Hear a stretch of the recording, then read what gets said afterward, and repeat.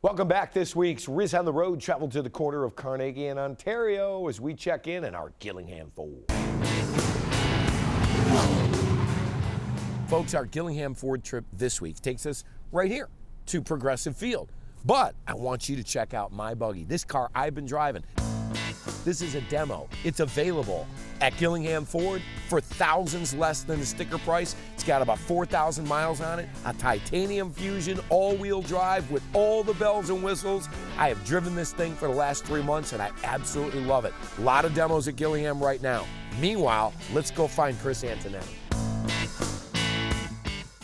Folks, we are in the bowels of Progressive Field with new Indians president, Chris Antonetti. I want to know right now what you do all day. When you were general manager, it seemed like you were really busy. Now you got Shapiro's old gig. What do you work out every day? Yeah. What do you do?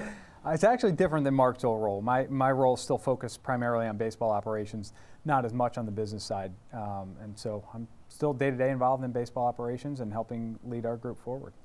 Chris, are you happy where you guys are going now into, we'll be in spring training in a few weeks? I don't think we're ever satisfied, Riz. We're always looking to find ways to improve the team, and I think we'll continue to do that not only up till spring training, but throughout the course of spring. But I do feel that we're improved from where we were to start the offseason. Yeah, and you got a couple veteran gamers, including Napoli, who I know has a lot of miles on him. But, Chris, that's a clubhouse guy that maybe we were missing last year. I think one of the things we look for as we're trying to bring players in is not only the fit on the team on the field, but how do they fit in our clubhouse? And both, Mike Napoli and Rajai Davis are really well-respected veterans. Right. A little bit different personalities, but fit in really well in the clubhouse. And Mike Napoli, you mentioned it. Any person you talk to raves about him as a teammate and as a clubhouse guy. And we've talked to a lot of people about him and are excited to welcome him into the organization. Well, he's a Paisan too, so that's another reason. That Chris helps and too. I absolutely exactly. love him. That helps. Let me ask you, because the Browns made a lot of news going with a guy named Paul DePodesta, who is an analytics guy. He was Jonah Hill character in Moneyball.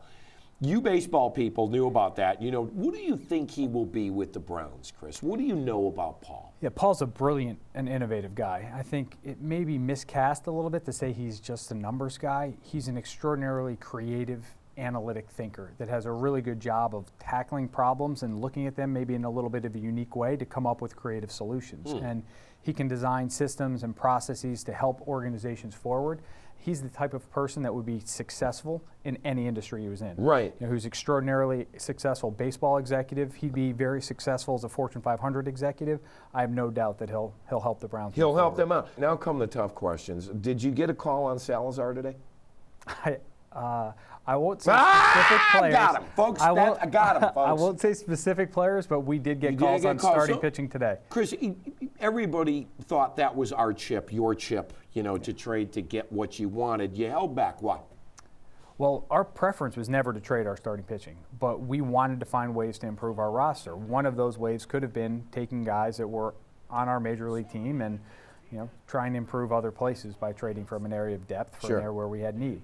Thankfully, we were able to, we had the resources, and Paul was incredible about giving us resources to go out to the free agent market, bring guys in that could help our team without trading away our starting pitching. You got to be encouraged the way the team finished the season, right? Mm-hmm. I know there were, the big money guys and the trade deadline and everything that happened, but you like the way the Indians finished. Absolutely. I was really encouraged by the way we finished. We had one of the youngest rosters in the American League last year. I think we were the second youngest team in baseball.